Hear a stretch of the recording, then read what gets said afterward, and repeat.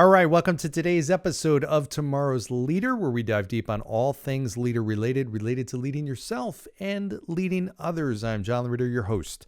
Today, yesterday, tomorrow, every day for the rest of your life. Welcome to 2022. I am thrilled to be here. I am very excited about what's ahead. I'm sure you are too. And I'm really excited about what's behind too. You know what I mean? So, Dunzo with all that stuff. Hopefully we are soon to be out of the woods here. Fingers crossed, big time. But seriously, everybody stay safe, healthy, and let's make this a great, great year. So what I want to talk about today is a question that I get a lot of time, and I think it's worth starting the new year with this as leaders. One of the most important skill sets, hard skills that you need as a leader is the ability to do an effective one-on-one meeting with people that you're leading. And I find in working with leaders that this is oftentimes a skill that is neglected or just not developed for simple fact of we tend to do what we've just learned from other people. So we do the one-on-ones the way that our leader did them with us, if they did them with us. Now, I do know there's many leaders that just don't do regular one-on-one meetings with their team, with their subordinates. I think that's a major mistake. I think there's a tremendous amount that now I know some people may be saying, well, listen, I talk to my people every single day. I get it. But there's certain things in a one-on-one meeting that you will cover and uncover that you're not in those quick 3-minute, 5-minute, 10-minute conversations that are specifically around a topic or an agenda that you need to talk about. So the purpose of a one-on-one is really for a few things. One, it's for the purpose of the person that you're leading to be able to have some time with you as the leader that's uninterrupted, that is time where they can get answers to their question, that they can get feedback, that they can give ideas.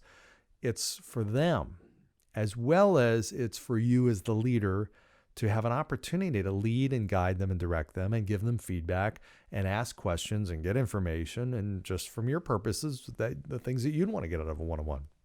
So that said, it's important that you have them. Now, what I will say, first of all, when you have a one-on-one with somebody, most important is hold the one-on-one. There's a really loud message that gets sent when you cancel these meetings. And I know sometimes it's just unavoidable. You got travel, you got different things that are going on, but do your best to stay as consistent as possible, because know that there is a message that is sent, especially if you do it over and over again, because that person is bound to feel like you don't value them or they're last on the list or whatever the case may be. There will definitely be some sort of an unintended message oftentimes that goes to them that they're receiving.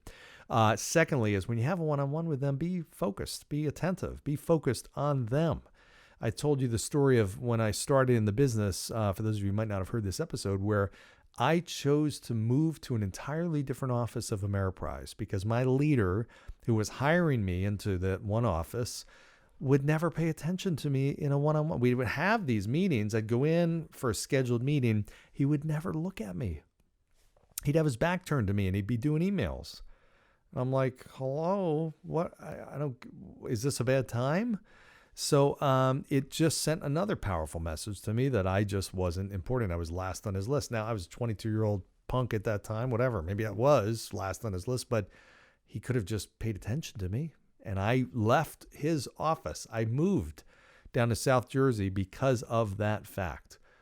Truly, it created this really sour taste in my mouth. I said, you know what? I'm not going to put my blood, sweat, and tears into something and help somebody else succeed because of my success if they're not willing to invest in me. And that was, to me, a big message that person wasn't going to. So bottom line is be very present. Secondly, I see a mistake that leaders make is that they're just kind of, they're having these meetings regularly, whatever, maybe it's monthly, weekly, biweekly, whatever. And they're not taking any notes or anything. I think that's a big mistake. Unless you're one of these people that has a memory like an elephant, I don't know if elephants actually really do have great memories. I don't know if that's the case. But anyways, if you do, great. More power to you. But 99.9% of people don't. I use this thing. This is my, we pause for a station commercial break. The Remarkable 2, actually. Not just the Remarkable 2, which I'm holding up for you on YouTube to be able to see, is an ingenious device. It's remarkable. It's remarkable. I think single-handedly am responsible for, I'm going to say 100 Remarkables being purchased around the country. Because all the people, all my clients, everybody I tell about it, because it is great. I used to be this guy. I don't have them within reach, but I used to have them. They are in my office. Stacks and stacks of these notebooks, these black notebooks. I used the same ones for years, and I would go to Office Max or Staples, and I get them, and I get a pile of them, and I would just go through them. That would be my notepad. So in a one-on-one with somebody, and I took notes. Some people don't, but I took notes all the time. But then I could never find, if I had a meeting with, Tara, and then I go back and try and find it, I'm like, well, what the heck? I don't know. So it served me no purpose. Bottom line is, I got this thing, this Remarkable. It's an electronic notebook, and it has simplified my life. I can keep everything organized. It's the power of having 1,000 different notebooks in the palm of my hand. And I can email, I do text, I can write in it and then convert it to print, to text. I can email pages from here. I can even stream it to a computer or a TV, and you can see live me writing stuff down. All right. So that said, that's my commercial for the Remarkable 2. Thank you, Remarkable 2 people. Even though you're not sponsoring me, that's free advertising for you. So maybe you should think about it. So secondly, here's the other thing. So you got to take notes, because that helps the continuity. I go back all the time and I look and say, okay, Paul and I were talking about this. Tamara and I were talking about this. Here's what I need to, and then now let's continue that conversation, or at least let me ask and follow back up on what we did talk about last time. So let's talk about the one-on-one. It doesn't necessarily need to be long. It doesn't need to be an hour every time. It doesn't even need to be half an hour necessarily every time, as long as it's productive. And I look at, there's a few things that I want to do. One is, when I have a one-on-one, especially an important one, I want to use the 3 things that I've always talked about: think, feel, do. What do I want this person thinking as a result of our one-on-one? What do I want them feeling? And what do I want them doing as a result of our conversation? Okay, what's the outcome that I'm looking for? Any change in behavior or actions or attitude or anything like that? That's what I'm starting the meeting with. And somebody used this language with me a long time ago, and it stuck, and that's, I want to leave them better than I found them. I love that, right? I leave them better than I found them. And I don't care what that is. Maybe I give them an idea. Maybe I help them solve a problem. Maybe I change their mindset. Maybe I give them a pump up, whatever it is. But I'm leaving them better than I found them. And that's a beautiful way to lead somebody, okay? Even sometimes if I've got to deliver a tough message, doesn't mean I'm always, going to be warm and fuzzy and everything's going to be great. Even a tough message, that can mean I leave them better than I found them. Now I'm giving them feedback that they can do something with to become better in their role. The great thing about humans, we generally want to succeed. We want to do better. Your employees want to succeed in their roles. That's the great thing. We can operate on that assumption that everybody wants to be successful.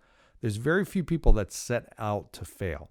There's very few people that set out to underperform. So we're in alignment together. Now it's just you as the leader helping to pave the way, remove the obstacles, give them the tools, the advice, the guidance that they need to really master their roles and become as impactful as possible. If that happens, they win and you win.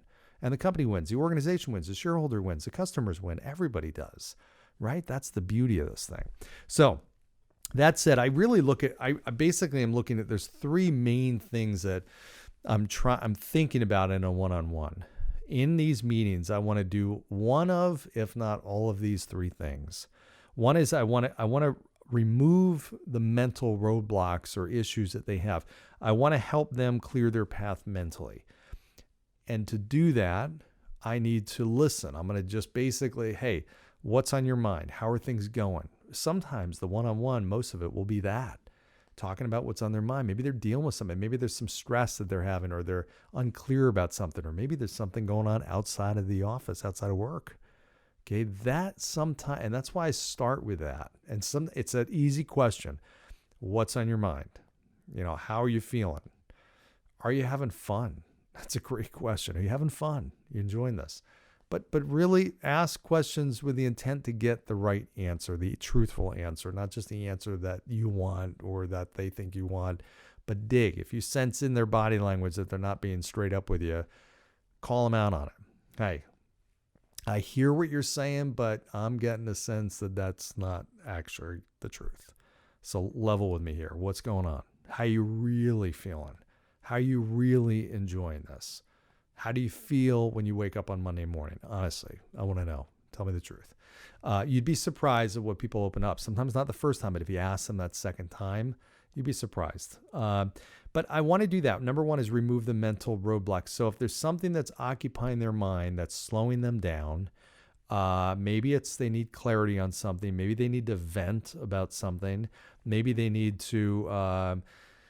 they're demotivated. They need a little lift. Maybe they're just fixated on something that they shouldn't be. They're worried about the wrong things. Whatever the case, their focus is off. Whatever the case is, I want to try and clear their mind and their mental and create more mental capacity.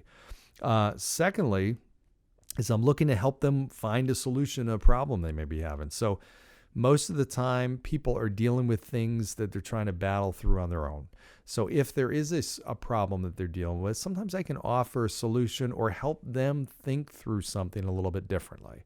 So oftentimes I'll ask, hey, Jason, tell me what's going on with this situation here. What are you dealing with? What are the obstacles? What are the problems you're facing? And let him talk. Let him talk and share what are the issues. Hey, here's where I'm stuck on this thing. Now, my temptation might be, if I know the answer, I have an answer, might be right away to give it to him, but try to hold back on that. Try to get him or her to come up with the ideas and say, well, have you thought about this? What's more important? Is it speed or is it quality? What's this person's that you're dealing with and trying to make something happen? What's their biggest obstacle or what's most important to them? What are all the different options? How can we solve this? What are the other things that might be risky that we haven't thought about? And what are those risks? So I'm trying to talk them through to come up with their own idea. And then I might offer my ideas. Hey, have you thought about doing this? Or what if you took a different angle at the axe and tried that? Whatever the case may be. If I can help them leave this interaction with a solution that they didn't have before, then I've provided value, right? And that's what I'm trying to do. And then lastly is really the leadership part, the guidance, the direction, the feedback. I never want somebody on my team to not know accurately how they're doing. I don't want somebody to feel like they're doing better than they are. I don't want somebody feeling they're doing worse than they are.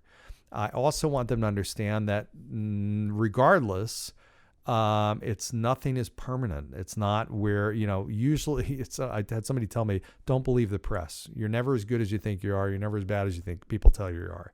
You're never as good as people tell you are. You're never as bad as people tell you are. Don't believe the press. Don't read the press.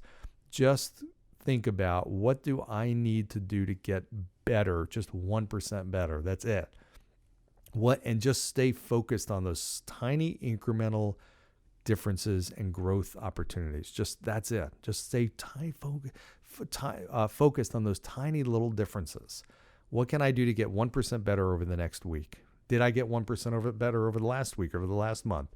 If you did, and if you are, great. You're making awesome progress. So I want to give them guidance and direction, but I want to make it very actionable. I want these meetings to be actionable, where they can come out and say, okay, here's my to-dos. Sometimes that might be a goal that they have that they're going to set and communicate with me. Sometimes it's, okay, here's what I'm going to do as a result of this. A great question to wrap up the one-on-one with is, okay, what'd you get from today? Simple question. I've been working with Peter Velarde for a long time. He always does that with me. Hey, what'd you get out of today? What's your next steps? And I've got to recap. Okay, bang, bang, bang, bang, bang. If as a leader, sometimes we leave, and I've had meetings like this, believe me, and this is on me. I left a meeting. This was when I was at running Concord Wealth Management, and Debbie Vibert is my ops leader, and she would tell me sometimes I'd get out of a meeting, and I would tell her how a certain meeting went with one of my advisors, and they would end up talking to her, and she'd say, you know what? You think it went a certain way. They don't think it went a certain way. They thought it didn't go well. You thought it went well, or they totally got a different message from you. They didn't understand clearly what you were asking or telling them to do. Now, that was valuable, but what it made me realize is I've got to do a better job of communicating. And one of the things I can do at the end is simple question is to say, okay, Carl, tell me, what is your understanding? What did you get out of today? Tell me what your kind of next step is. And I just want to make sure we're on the same page. And just listen and make sure. So that way you're crystal clear, because I will tell you, there's so many people, and I was one of them. I think I'm much better now than I was, but where you think you're saying certain things and you're not. It's coming out right and clear in your mind, but it's not going from your brain out your lips and into the other person's ears. It's just not happening the way you think it is. And oftentimes, and you've seen it, sometimes your brain your brain and your mouth operate at different paces. Plus, you throw in other things like you're watching them, reading their body language, and your mind's all over the place. So you think about how difficult it is to communicate as well as you want to. Your intentions are there, but sometimes we just miss stuff. We miss a whole point that we want to make. We garble words. We say things in a confusing way. We skip words sometimes, and the other person is left to try and decipher a little bit, and sometimes that's not coming out. They're not deciphering the message that we're trying to deliver. And so that simple question at the end, hey, I just want to make sure we're on the same page. What is your understanding of what we talked about today? Great question. What is your understanding of next steps? What is your understanding of what decision needs to be made? What's your understanding of who needs to be involved in this? Whatever. That's a great, great question. Sign off. Terrific. Great. Okay, now I know we're on the same page. Okay, that's what great leaders do. So again, the power of the one-on-one is immense. It is immense. And if you're not doing them, I encourage you to take 2022 and say, you know what, I'm going to actually do these, because it's a great opportunity for me to lead. It's a great leadership opportunity. And more importantly, your people will feel valued because you're developing them. You're listening to them. You're taking time with them. People want to know that they're important, and it's not just about money. It's about my leaders spending time with me and listening to me and actually valuing my input and sometimes asking my opinion on stuff. That is how you keep your top people. I want to see you 2022 keep your top people, your A players. I want them to stay with you, and I want you to attract more of them. And this is how you do it. Don't make the mistake that other leaders make when you end up losing top people because of things like this. So easy stuff. All right. Thanks for tuning in today. Hope this was valuable.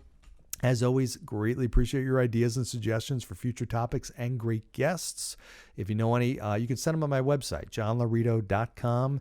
You'll see a podcast page up there. Go to that. All the podcasts, by the way, I've got my team puts these all together. They're all transcribed, literally, like all of them, almost all of them. I've got to go back to some of the early ones, but they're transcribed word for word. You can go back and read them. You can listen to them again, whatever you want to do, share them, but you can also apply to be a guest on the show as well. So there's a button right up at the top that says apply to be a guest. So if you or somebody you know would like to be a guest on my show, feel free to do that. In addition, as you've heard, I am out now doing keynotes for organizations and companies all over the place. And I certainly would love to be on your agenda at your next special event. If you have an interest in talking, certainly email me or go to my website.